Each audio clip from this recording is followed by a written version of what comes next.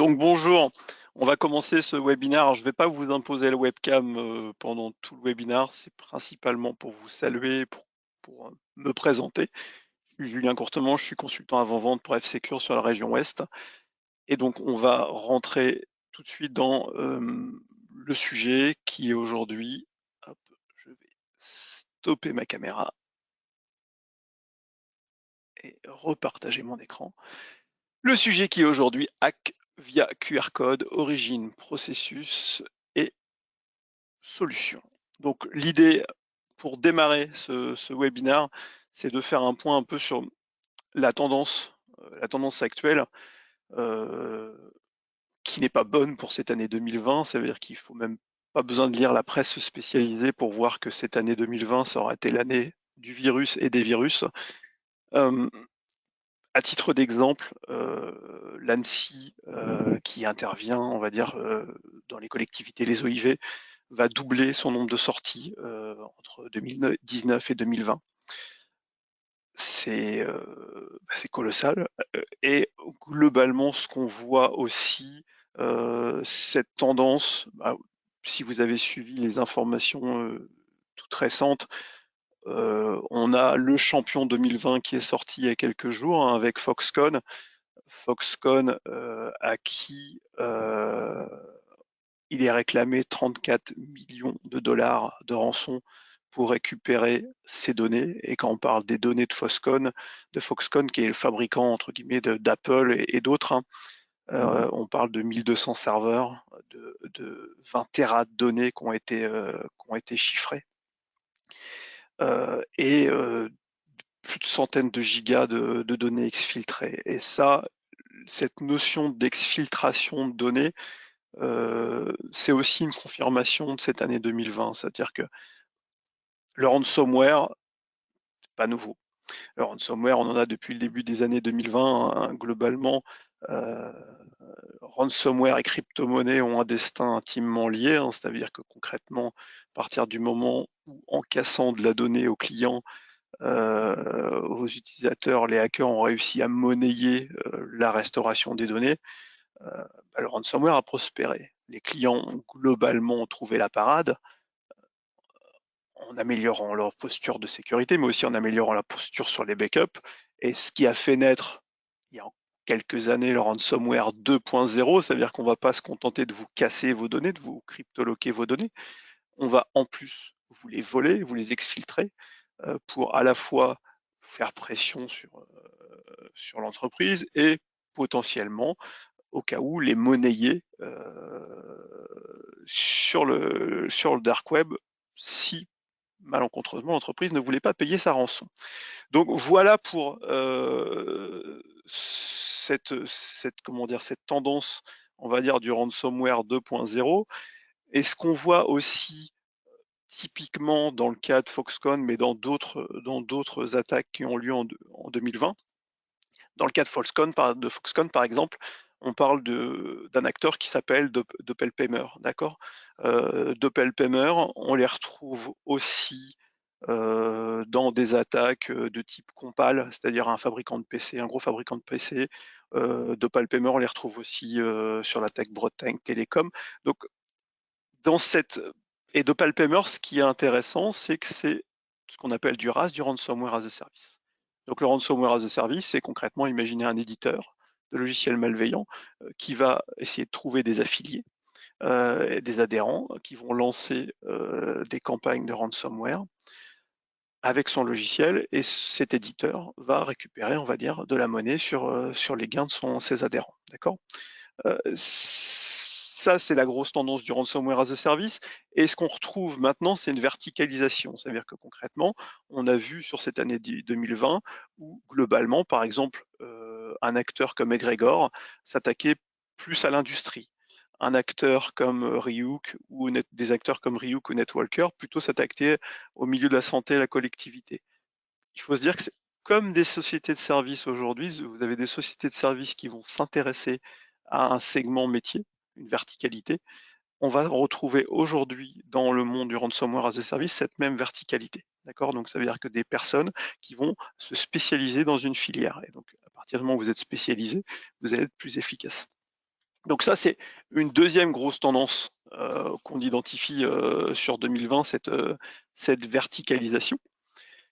Mais en tant que telle, elle n'est pas forcément suffisante pour expliquer que on ait une explosion du risque. Alors, 2020 est une année particulière. Est-ce que le Covid a un poids là-dedans? C'est un peu ce qu'on va aborder sur le sujet suivant. En 2020, l'email est plus que jamais le principal vecteur d'attaque. Donc ça veut dire quoi? Ça veut dire que concrètement aujourd'hui, la moitié des prémices d'une attaque passe via un phishing, via des emails malveillants. D'accord. Donc ça c'est important. Et ce qu'on voit typiquement dans les statistiques que nous fournissent Microsoft, c'est que en début 2020, mars, avril, on a une explosion, une montée du phishing énorme.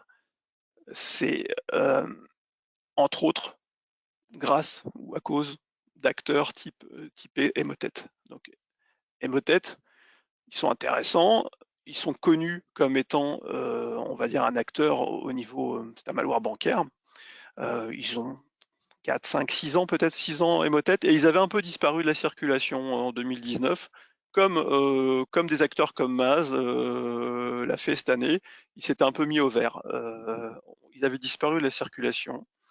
Alors ça, il y a des explications, hein. Les acteurs cybercriminels se mettent pas vraiment au vert comme ça. C'est-à-dire que prendre du recul, redévelopper des stratégies, se faire oublier entre guillemets, ça permet de disparaître entre guillemets des radars, de disparaître au niveau des indicateurs de compromission. Et Emotet sont revenus en septembre 2019 avec une stratégie où ils ont énormément progressé sur le social engineering. Donc ça veut dire qu'ils ont énormément progressé sur leur capacité à faire du phishing qui est crédible. Dans les stratégies qu'a mis en place Emotet, qu'on a retrouvé au tout début du confinement, Emotet a joué bien sûr sur les peurs, hein, c'est-à-dire la peur du Covid, a joué aussi sur le fait qu'il volait des mails et utilisait des mails, donc des mails qui étaient potentiellement crédibles pour les utilisateurs, dans ses campagnes de phishing. Donc, c'est-à-dire que concrètement, ils ne se contentent pas plus maintenant de peut-être bêtement, on va dire, un trojan bancaire. Ils se sont spécialisés dans le vol de mails et dans l'organisation du phishing, c'est-à-dire la première porte d'entrée dans votre SI.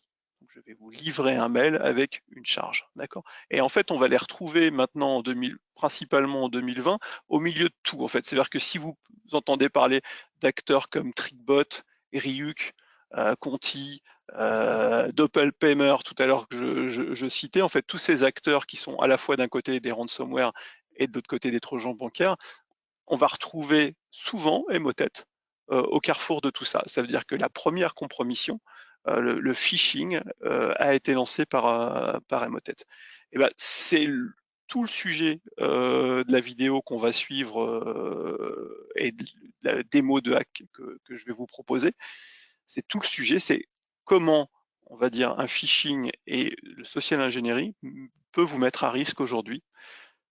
Donc, on va basculer sur la démo. On va revenir après pour clôturer ce webinaire sur 2-3 slides. Surtout, n'hésitez pas à mettre vos questions au fur et à mesure de la vidéo dans le chat. Il y aura à la fin du webinaire un temps d'échange sur si vous avez des questionnements. Donc, nos acteurs qu'on va retrouver, on va dire, sur le marché de la malveillance. D'un côté, j'ai, on va dire, les activistes qui existent encore, qui vont s'attaquer, on va dire, à des causes particulières. Et c'était facile à reconnaître avant 2020, ils portaient des masques. On porte tous des masques, donc reconnaître un activiste, c'est plus compliqué. Je vais dire, d'un côté, il y a les key descripteurs, les débutants, les hackers débutants. Il y a un vrai enjeu autour de ça aujourd'hui, c'est-à-dire que la cybersécurité a besoin de talent. Il y a des vraies campagnes de séduction sur le dark web qui sont mises en œuvre pour enrôler des nouveaux talents, hein. C'est-à-dire qu'aujourd'hui, sur le dark web, vous pouvez vous inscrire à une académie du hacking qui s'appelle sur Hackton. Vous allez entre guillemets vous former au hacking pour 125 $. Quoi. Donc il y a une vraie campagne de séduction des différents groupes de hackers. Ils lancent des campagnes, ce qu'on appelle des campagnes de drapeaux, c'est-à-dire ils vont lancer des concours pour recruter des hackers et il y a beaucoup d'argent en jeu. Donc il y a un vrai travail aujourd'hui qui est fait par ces groupes pour, quand je disais tout à l'heure au niveau du ransomware, avoir des nouveaux adhérents, avoir des nouveaux participants, avoir des nouveaux talents. Nous, ce qui va nous intéresser aujourd'hui, c'est le troisième personne qui va être, on va dire, le groupe professionnel qui va mettre en œuvre une attaque contre votre entreprise. Donc ce professionnel, de quoi a-t-il besoin pour lancer son attaque? Il a principalement besoin d'une arme. Simple, hein, vous voulez attaquer quelqu'un, il vous faut une arme. Dans notre scénario, nous avons décidé d'utiliser une arme qui s'appelle SpyMax. Alors pourquoi SpyMax? Pour faire un peu le parallèle de ce que je disais tout à l'heure avec mon ransomware as a service ou mon malware as a service pour Emotet, le produit il existe sur étagère, il est simple à utiliser, il va me permettre de monter une attaque sans avoir de grandes connaissances techniques. Ce qui va être important comme connaissance pour mon professionnel, c'est plutôt les compétences, j'allais dire, en social ingénierie pour être capable d'orchestrer cette attaque. Donc on va utiliser SpyMax et on va fabriquer une charge avec ce logiciel dont l'objectif va être de connecter, on va dire, des smartphones à une adresse. Donc, typiquement là, je vais prendre une adresse qui s'appelle l'ardoiserestaurant.fr. Donc, imaginons qu'on ait un restaurant qui a un site web qui s'appelle l'ardoise sans le tirer restaurant.fr. Là, je suis en train de fabriquer une URL. Donc, on peut parler de punicode, de typo squatting. Il y a différentes techniques pour dissimuler une URL et, on va dire, tromper le cerveau de l'utilisateur. Là, je vais utiliser un site web approchant. J'aurais pu utiliser, par exemple, l'ardoise en remplaçant le O par un 0. L'idée, c'est de tromper, on va dire, l'utilisateur. On peut aller même plus loin en hébergeant le relais, hein, le serveur de command and control, derrière des sites euh, qu'on aurait bréchés, on va dire, qu'on aurait compromis, et utiliser quelque chose qui serait légitime. Malheureusement, ça existe aussi. Donc là, je vais simplement expliquer à SpyMax à quel serveur ma charge va devoir se connecter, au serveur de command and control. Et je pourrais en ajouter plusieurs, hein. Généralement, quand vous avez une charge, elle va se connecter à plusieurs serveurs de command and control. Donc moi, j'ai des informations comme ça, et le système, le SpyMax va me demander dans quoi je veux packager ma charge. Donc ça veut dire que j'ai la capacité à aller prendre une application existante. Alors, ce qui serait top, c'est que le restaurant L'Ardoise est déjà une application Android et j'utiliserai cette application, donc je me déguiserai complètement dans une application légitime. Je pourrais prendre n'importe quelle application dans un store. Là, dans le cas présent, je vais prendre une application vide, une application blanche. Voilà, l'idée, c'est pas de faire de la pub pour tel ou tel site. On va juste prendre un modèle d'application et on va le fabriquer, on va le packager.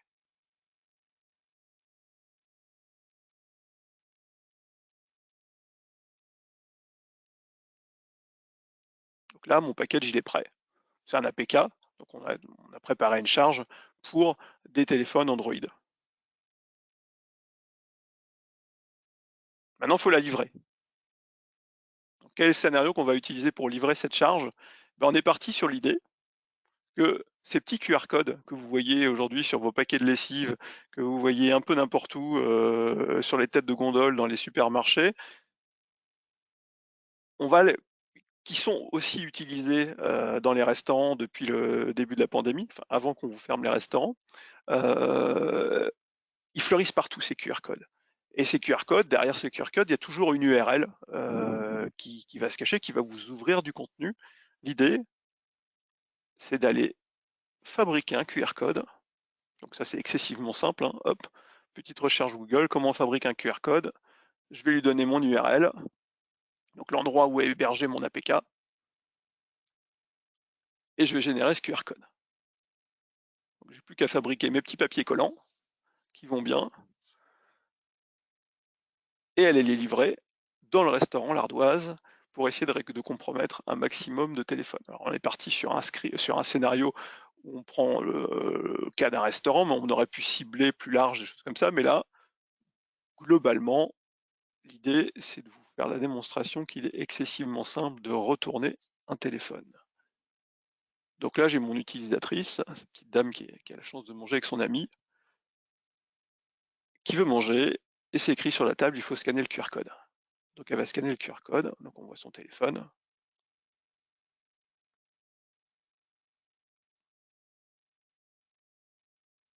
Donc hop, ça vous l'avez tous déjà fait, on scanne. Et là, on a déjà un premier message.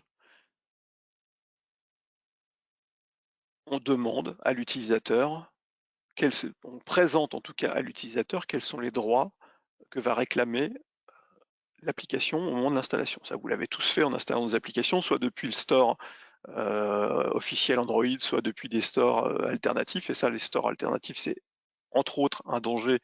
On y reviendra sans doute un peu plus loin, mais c'est entre autres un danger, c'est d'autoriser des APK qui ne viendraient pas d'un store officiel.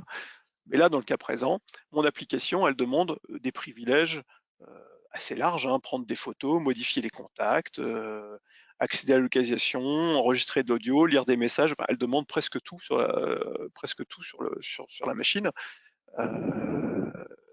Ce qu'il faut savoir, c'est que 75% des applications demandent à accéder aux photos, 36% au GPS, à la localisation, et 25% au contact. On a une accoutumance au fait que les applications qu'on va installer nous en demandent trop.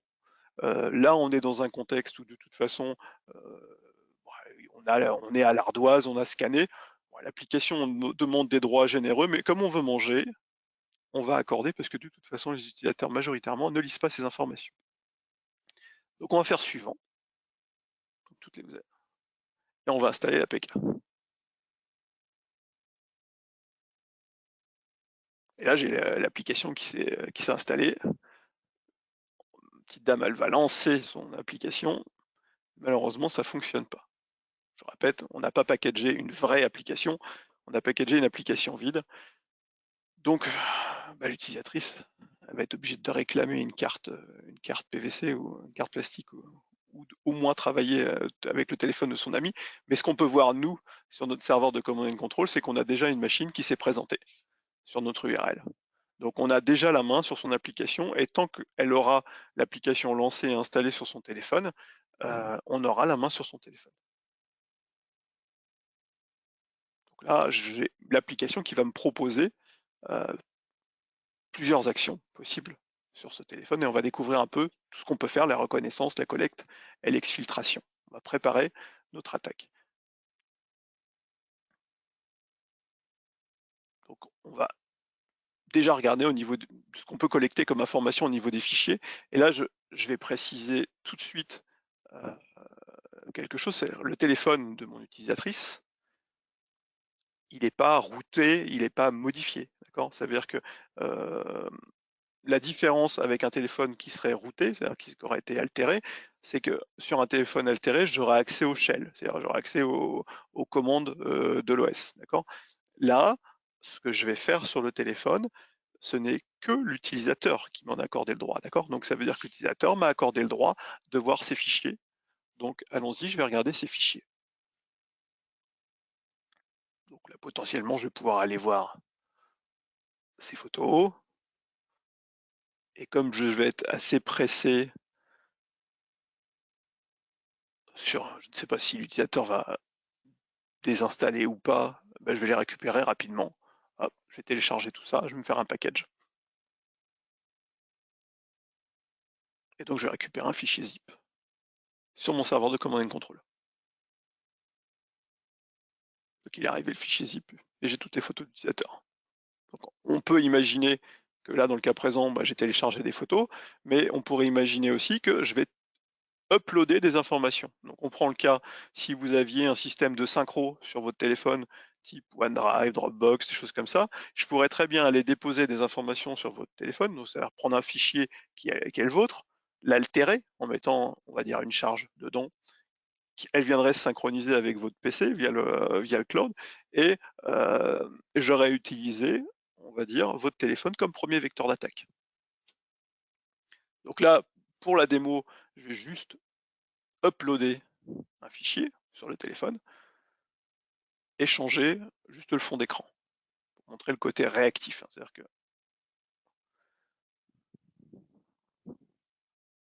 j'ai changé le fond d'écran.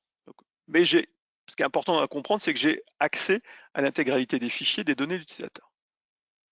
Maintenant, si je veux aller encore un peu plus loin sur cette partie-là, je vais utiliser ce qu'on appelle un keylogger, c'est la même chose qui existait auparavant sur les PC. Je vais pouvoir récupérer l'intégralité de l'activité de mon utilisateur. Donc là, on voit qu'il est en train de surfer sur Chrome, qui va sur site L'équipe, qui va sur site Le Monde, et globalement, même si, hop, on voit ses habitudes, et on va voir qu'il se connecte sur site Facebook, et je vais pouvoir récupérer son credential, son user, son password, Facebook qui va passer, on va dire en clair, sur mon écran. Donc là, déjà avec ça, je récupère des informations qui sont intéressantes et qui sont monétisables. C'est-à-dire que je sais potentiellement que mon utilisateur il est abonné à lemonde.fr ou à l'équipe. J'ai potentiellement volé un user password pour un site. Alors là, c'était Facebook, mais ça pourrait être n'importe quel site. Et avec un peu de chance, si mon utilisateur n'a pas une stratégie de mot de passe assez costaud et qu'il utilise son même user password sur un peu tous les sites, potentiellement, je vais peut-être lui voler un compte Amazon, un compte WhatsApp. Et tout ça, c'est déjà monétisable. D'accord? Ça veut dire que ça va se vendre sur le dark web. Une adresse, des comptes, des données bancaires, un compte WhatsApp, tout ça, il faut imaginer que ça se vend sur le dark web. Mais ce n'est pas forcément l'objet de la préparation de l'attaque que je veux faire aujourd'hui. Donc je vais besoin de collecter des informations qui sont un peu plus sensibles.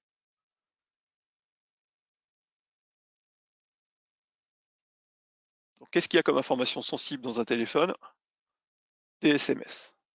Des SMS, à partir du moment où vous commencez à échanger des SMS avec des personnes, c'est que vous êtes déjà potentiellement en confiance avec eux. Et là, je vais pouvoir récupérer les différents SMS qui sont dans mon téléphone, les lire, bien sûr, et vous avez compris, je vais pouvoir les télécharger. Et là, ce qui est intéressant, par exemple, je vois bonjour Ludovic, là je serai présent mardi dans vos locaux pour la journée de recrutement, pourriez-vous me faire parvenir les CV? Donc je sais que le fameux Ludovic est en attente de CV. Donc si je veux commencer à organiser un phishing assez ciblé, je vais potentiellement pouvoir envoyer des CV en me faisant passer pour Loïc à cette personne. Donc là déjà, si je commence à avoir un scénario qui est un peu plus crédible.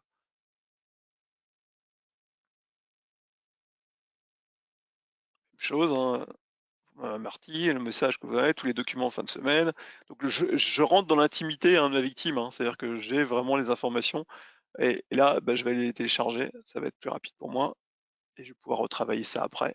Toujours ma hantise, c'est que mon utilisateur désinstalle l'application, même si généralement les utilisateurs ne font pas ça, et ils désinstallent les applications quand ils n'ont plus de place sur leur téléphone. Donc là, j'ai tout récupéré sous format HTML, avec les dates, les contacts. Donc ça va me permettre de préparer, on va dire, mon attaque. La collecte des contacts aussi est quelque chose de très important et qui va permettre aussi de rentrer, on va dire, plus dans l'intimité de ma victime. Là, j'ai la capacité à avoir l'ensemble des contacts, donc que ce soit les emails et les numéros de téléphone. Donc ça va être très pratique pour, pour organiser ma campagne de phishing et pour que ça soit potentiellement crédible. Et j'ai d'autant plus là plein d'emails qui sont des cibles potentielles avec des noms de domaine pour être capable d'identifier plus facilement de quelle société il s'agit. Donc, une des possibilités que je vais mettre en œuvre, déjà on va regarder, alors on peut faire d'export bien sûr, mais on va aussi aller de l'autre côté, côté téléphone,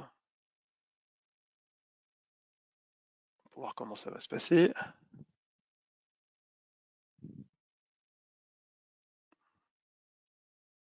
En live, on va ajouter un contact.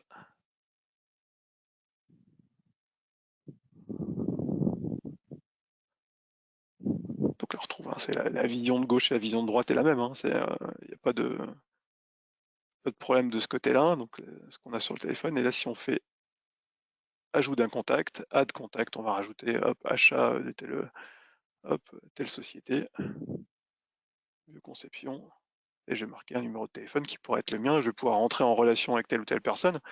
Là, hop, achat bioconception vient d'apparaître.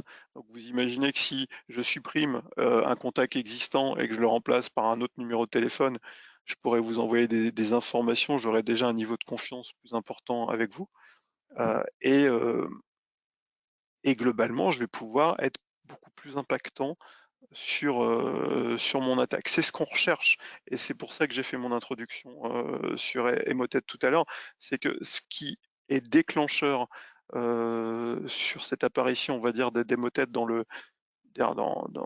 truster à 20% le- la présence dans les campagnes de phishing, c'est qu'ils ont vraiment fait ce travail d'ingénierie sociale et de livrer, on va dire, un mail qui va être capable d'échapper à du contrôle parce que, un, de base, il est polymorphe, c'est-à-dire qu'il n'a pas de signature, et deux, il ne ressemble pas à un spam, c'est-à-dire qu'il est parfaitement dans le flux des emails habituels, ce qui va permettre de tromper plus facilement l'utilisateur.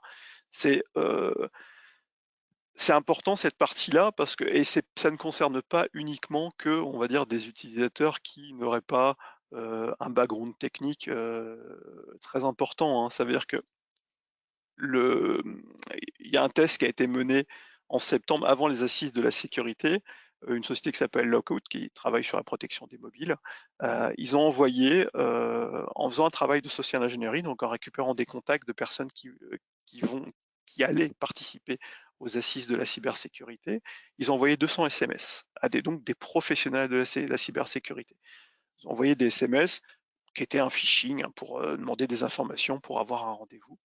Sur les 200 SMS qu'ils ont envoyés à ces professionnels de cybersécurité, ils ont eu 50% de retour et 50% de retour en moyenne à 10 minutes de moyenne. Donc ça veut dire que concrètement, quand vous avez, on va dire, une histoire bien ficelée, quand vous arrivez, on va dire, en adéquation avec les attentes de votre victime, ce phishing, il va être efficace. Et c'est aussi peut-être pour ça que cette année 2020 elle est un peu particulière, parce que en jouant sur les peurs, bien sûr, on est plus impactant. Mais prenez un cas classique d'un service de 4 personnes, par exemple, à compta, hein, ils sont 4 dans un même service, 4 personnes reçoivent le même phishing en même temps. On va dire que l'oralité, la discussion dans le bureau fait que ce phishing va se retrouver détonné par les utilisateurs parce qu'ils vont discuter. Potentiellement, ils ont tous gagné le même iPhone au même moment. Où leur président leur demande de changer le RIB ou d'envoyer tel RIB tous au même moment. Effectivement, si vous avez 4 personnes dans le même bureau, elles vont discuter entre elles. Si vous mettez maintenant 4 individualités chez eux dans des conditions qui sont plus complexes qu'à l'accoutumée, bah là, potentiellement, vous pouvez être plus impactant sur votre phishing. C'est peut-être aussi une des différences de cette année 2020 dans la situation dans laquelle on a mis les utilisateurs. Le fait est, c'est que un phishing plus adapté était plus impactant. Donc voilà cette collecte que j'ai fait sur cette machine. Maintenant, pour moi, tout est prêt. C'est-à-dire que mon scénario, il est prêt et je vais pouvoir envoyer et choisir des victimes en fonction des informations que j'ai eues dans le contact. Donc moi, j'ai envoyé un mail à Madame Marty qui attendait des documents, hein, donc c'était parfaitement crédible. Donc ce document contient une charge. Donc là, Madame Marty, elle a ouvert son document. C'est pas forcément le document qu'elle attendait, hein. C'est pas très grave, mais ce qui compte, c'est qu'elle a perdu la partie en fait. J'ai réussi à livrer ma charge en fait. Ça veut dire que concrètement, grâce au travail que je viens de faire, j'ai réussi à passer les différents sas de sécurité de l'entreprise parce que j'étais plus crédible et que j'ai réussi à tromper les différents corridors techniques qui étaient en place. Donc là, je mets game over. Qu'est-ce qui s'est passé en fait en réalité? Donc l'utilisateur a ouvert le mail et ce mail a exécuté une persistance. C'est comme ça que fonctionne par exemple Emotet, hein. C'est-à-dire que vous avez vu tout à l'heure, vous avez Emotet au centre, vous avez après potentiellement du trickbot, qui et donc Emotet va servir de loader, va charger des choses. Et après derrière, une fois que ce trickbot lui va regarder sur le réseau ce qu'il y a à faire, le travail est terminé par Ryuk. Bah là, dans le cas présent, j'ai déjà exécuté une persistance.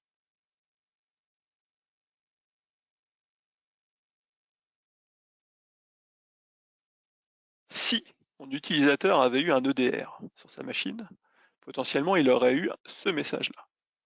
Donc concrètement, une alerte qui signale à l'utilisateur que la machine va être isolée à titre préventif et que son administrateur a été informé potentiellement. Ça, c'est vu de l'utilisateur.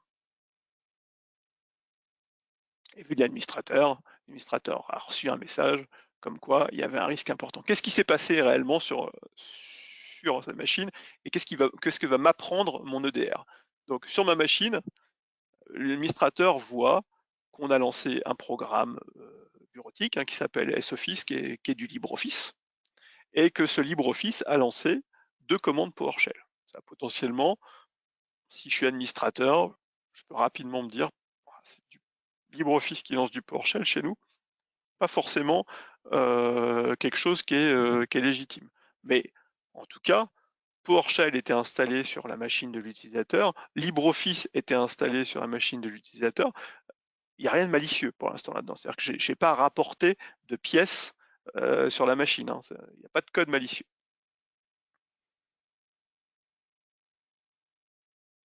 Donc, si on focus un petit peu ce que m'apprend notre DR, c'est que programme file LibreOffice, office.exe a ouvert un logiciel, enfin un ODT, donc un fichier, entre guillemets, un fichier Word pour LibreOffice qui s'appelle hackdemo2.odt, d'accord, et que ce fichier a appelé une commande PowerShell qui allait télécharger du code sur un site qui s'appelle Passbin. Donc il a téléchargé un code qui s'est mis dans ces 2 points-temp hackdemo PS1 et ce code a été exécuté par une seconde commande PowerShell. Donc ça, c'est l'idée même d'un loader, c'est-à-dire que concrètement, pour passer les différentes passerelles de spam, de filtrage, tout comme ça, ce qu'on va vous livrer, la charge qu'on va vous livrer, c'est une coquille vide. C'est une fois que la charge sera livrée qu'on va aller télécharger le reste du code malveillant. D'accord? Donc c'est tout ce code qui était sur ce site-là, c'est lui qui va télécharger l'exécution de hackdemo PS1, qui va créer une persistance sur la machine et qui va aller télécharger le code malveillant qui va s'occuper de la suite de l'attaque, typiquement potentiellement un trickbot. Alors, et c'est là où aujourd'hui on est potentiellement à risque et qu'on voit de plus en plus d'attaques sophistiquées parce que si on prend par exemple le cas de Trickbot, aujourd'hui on sait que Trickbot va aller faire des modifications au niveau de l'UEFI, au niveau du BIOS de la machine. On sait que Ragnar Locker, par exemple, qui est un autre ransomware, lui va livrer carrément une machine virtuelle, une VirtualBox, et donc toutes ces techniques-là vont être des techniques d'évasion à l'antivirus. Donc là, pour l'instant, j'ai pas mis de code malveillant en place, mais je vais aller télécharger typiquement une VirtualBox et exécuter mon code malveillant depuis cette VirtualBox et échapper à la protection d'antivirus. Donc ça veut dire que j'ai mis en place une attaque dont l'objet est de réussir à faire sauter le premier corridor, faire une évasion d'antivirus pour aller beaucoup plus loin après derrière jusqu'à bloquer l'intégralité de votre parc.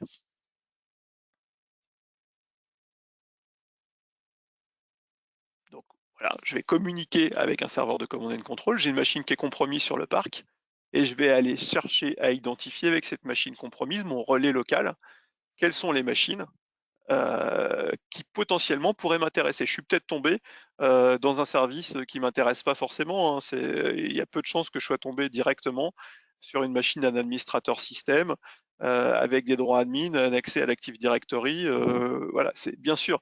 Mais par contre, grâce à ma machine, grâce au pied que j'ai dans l'infrastructure, je vais pouvoir aller scanner les alentours et identifier est-ce qu'un serveur potentiellement a une faille, donc une faille SMB qui va me permettre de soit récupérer des fichiers, soit lancer une exploitation. Est-ce que typiquement là j'ai une baie de disque, est-ce qu'elle serait mal configurée avec un user password par défaut usine, des choses comme ça. Donc de cette machine-là, je vais aller faire un travail sur le mouvement, ce qu'on appelle de mouvement de déplacement latéral, pour essayer de me répandre sur le SI.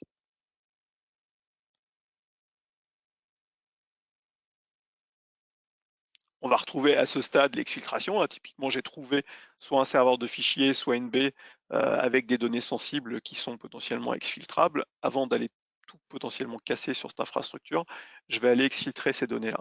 Ça pourra me servir à monnayer ma rançon. Donc voilà le tableau qui est assez classique, hein. On va retrouver ça globalement dans la majorité des attaques.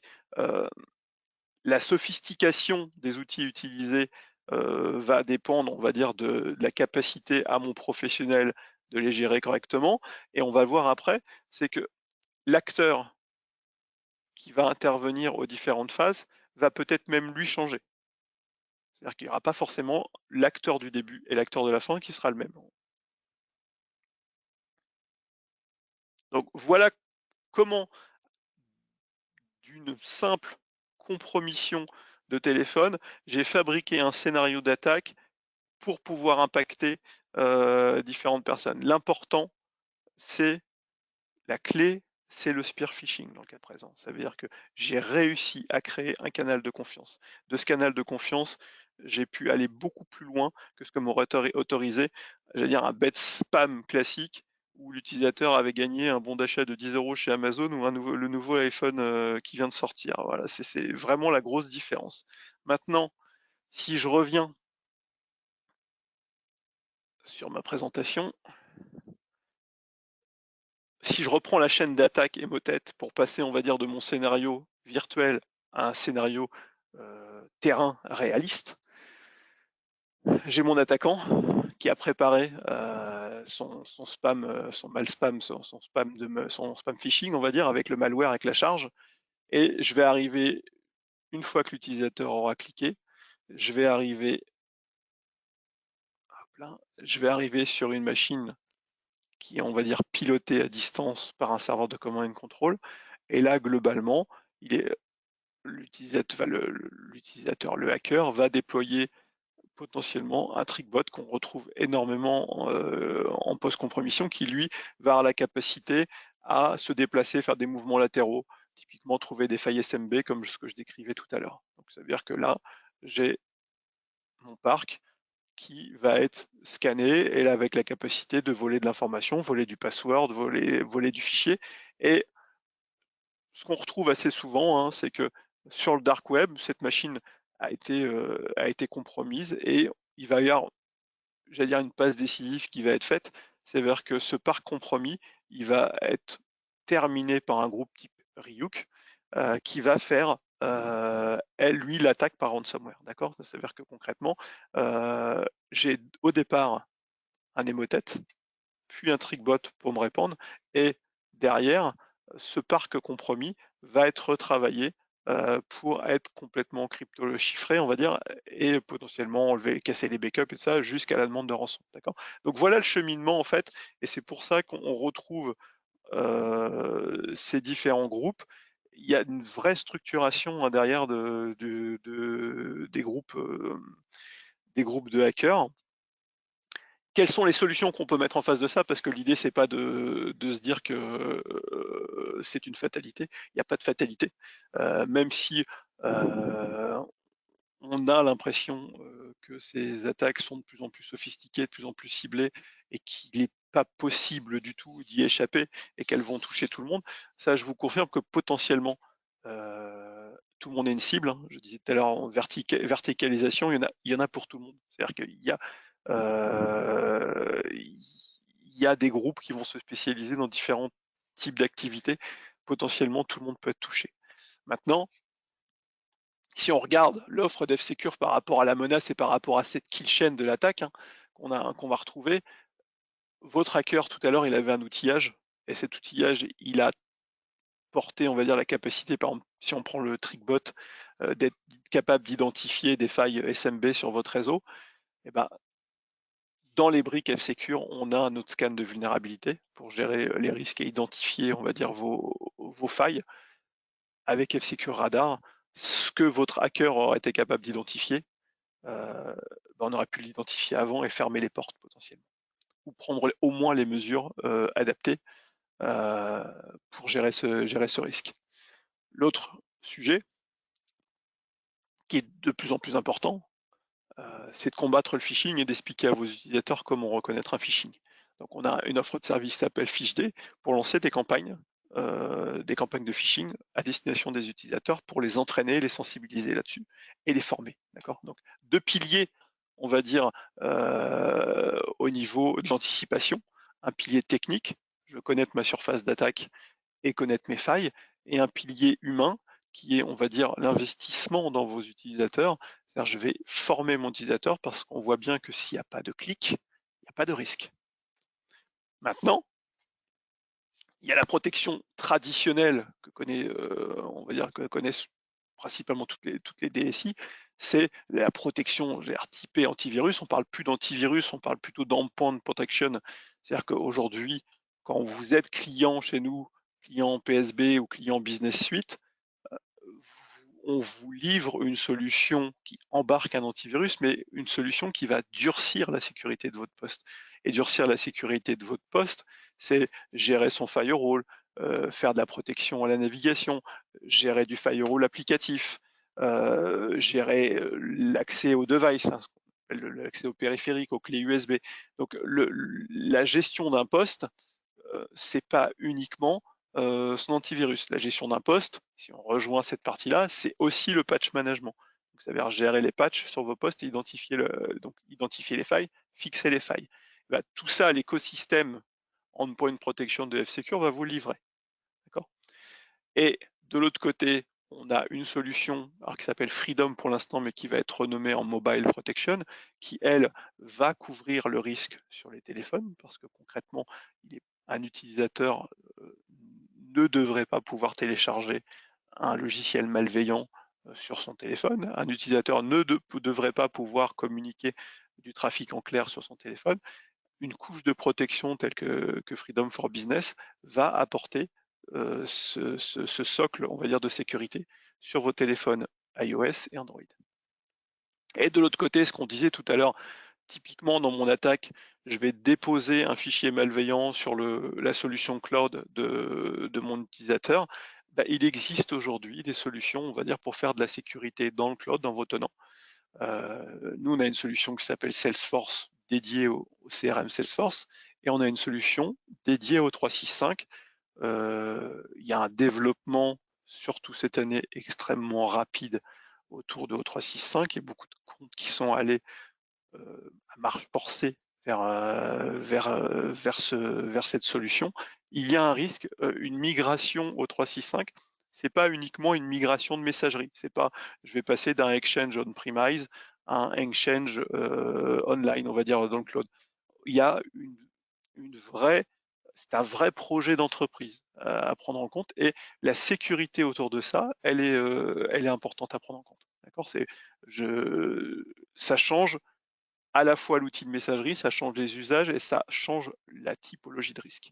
Et ça, il existe des outils comme le nôtre, F-Secure Cloud Protection O365, qui sont pensés pour vous protéger pour ce risque spécifique.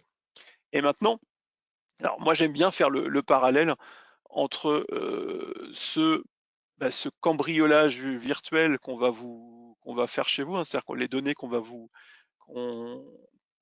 voler, et cette mise à sac de votre IT avec le crypto-locage.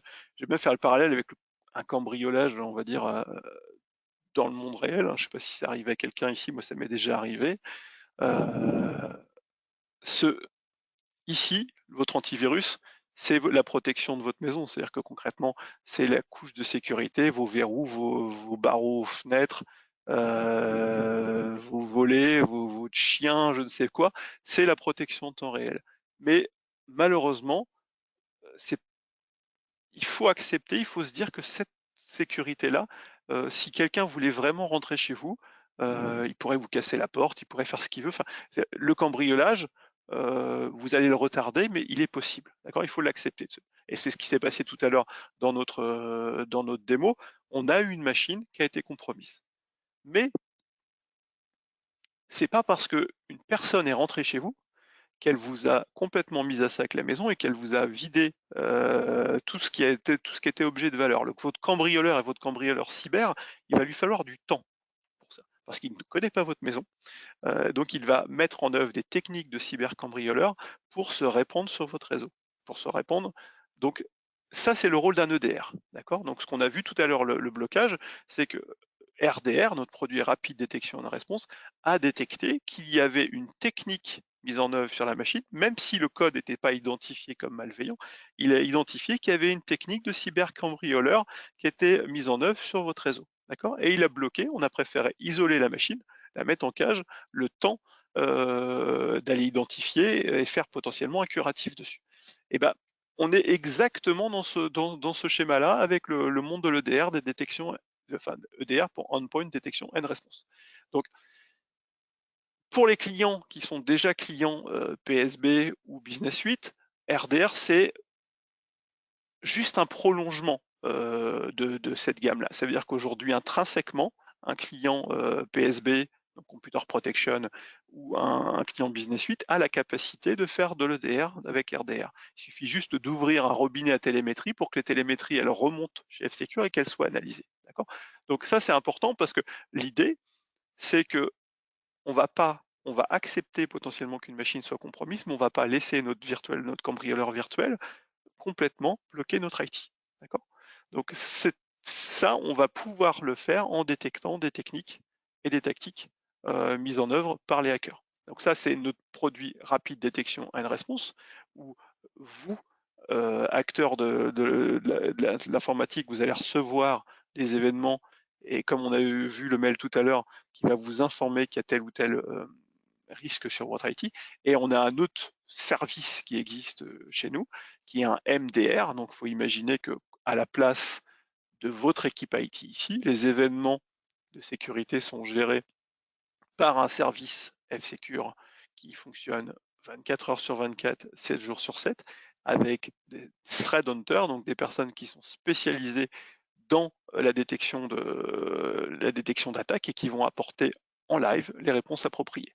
L'idée, c'est, je le répète, hein, j'ai perdu un poste, je vais l'isoler, chasser la menace, identifier de qui il s'agissait, savoir quels étaient ses objectifs, et potentiellement, je vais en tirer les conséquences pour que ça ne se reproduise pas et qu'il n'y ait pas de vol de données dans mon entreprise, que l'entreprise ne se retrouve pas bloquée. D'accord? Donc voilà l'idée et voilà l'organisation du portfolio F-Secure. Voilà, moi j'ai fini pour ce webinaire, j'ai 10 minutes d'avance. Si vous avez des questions, je vous laisse les mettre dans le chat et je vais y répondre avec plaisir.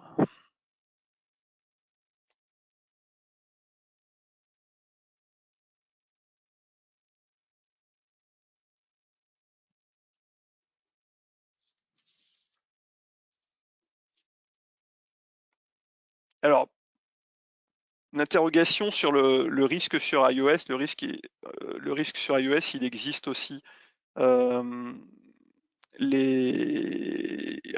sans doute qu'Apple est sans doute un peu plus strict et va faire du travail en avance de phase sur la dépose des applications dans le store. Mais si vous suivez un peu l'actualité, que ce soit chez Apple ou chez Android, des applications qui sont retirées en urgence des stores, il y en a beaucoup. Donc, avoir une couche de sécurité directement sur son poste, sur son smartphone, c'est intéressant. Quel est le process de mise en place de fiche D? Fiche D, c'est un service. Donc ça veut dire que quand vous rentrez on va dire dans une offre FicheD F-Secure, on va vous mettre en relation avec un responsable de service, un delivery manager, on va dire, qui va décider avec vous quels sont les utilisateurs qu'on va vouloir cibler, sur quelle temporalité, euh, sur quel périmètre, quelle équipe, et on va mesurer aussi la capacité d'amélioration de cette équipe, c'est-à-dire l'impact. Donc ça veut dire que on est à la différence de certaines solutions, on va dire en vente, en boîte sur étagère, hein, c'est-à-dire que vous allez lancer votre campagne de phishing et vous allez récupérer un fichier Excel de sortie pour savoir qui sont potentiellement les utilisateurs qui ont cliqué. Avec FicheD, on va vraiment mettre en programme en place avec vous un programme d'amélioration, d'accord? Et on va aller jusqu'à tester votre infrastructure. Ça veut dire que concrètement, on va être capable de vous dire, bah voilà, là, cette campagne de phishing, elle est passée parce que dans votre infrastructure, vous autorisiez ça, ça, ça, ça. Donc voilà, c'est presque un travail de red teaming, d'audit, d'intrusion en tout cas sur votre infrastructure, et on va pouvoir aller jusqu'à livrer ce qu'on appelle une charge, comme ce que j'ai montré tout à l'heure sur ma vidéo, pour dire, bah voilà, tel utilisateur a cliqué, sur tel compte, sur tel utilisateur, j'ai réussi à exécuter la charge, tel utilisateur, j'ai réussi à lui voler un credential, et avoir une vision, se dire, bah tiens, potentiellement, je suis plus à risque parce que c'est arrivé plus souvent sur mes Android, mes iOS que sur mes PC fixes, c'est arrivé plus sur tel ou tel service de l'entreprise. Donc, je vais cibler mes efforts de formation et potentiellement, dans 6 mois, peut-être, je vais me retester pour voir s'il y a eu du gain. Donc, voilà vraiment comment fonctionne FicheD.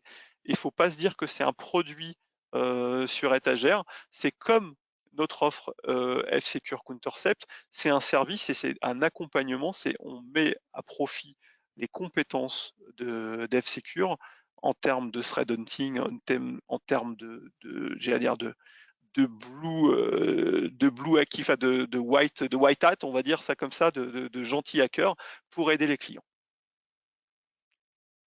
Est-ce que j'ai d'autres questions?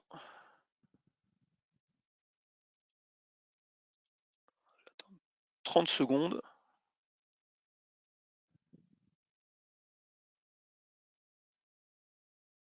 La différence entre Google Protect et une offre comme Mobile Protection, euh, alors déjà, la sécurité, c'est notre métier, même si je pense que Google fait très bien son travail, mais c'est surtout que derrière, euh, une offre comme Mobile Protection, on ne se cantonne pas uniquement au fait de se dire est-ce que j'ai le droit de télécharger ou pas l'application. On va chiffrer, donc faire du VPN sur les mobiles, c'est-à-dire que le trafic qui va passer en clair quand vous êtes sur un hotspot, il ne passera plus en clair. On va mettre en place des techniques d'anti-tracking, du filtrage web. Donc, c'est-à-dire que si votre utilisateur avec son Chrome ou son navigateur sur son Android ou son iOS va sur des sites qui ne sont pas des sites légitimes, on va pouvoir les bloquer. Donc, on apporte une couche de sécurité sur la machine.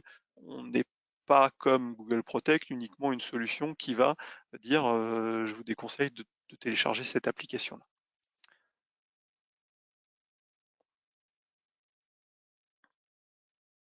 Bon bah écoutez, en tout cas je vous remercie d'avoir participé à ce webinaire. Je vous souhaite de bonnes fêtes de fin d'année. Je vous donne rendez-vous en 2021. Merci, au revoir.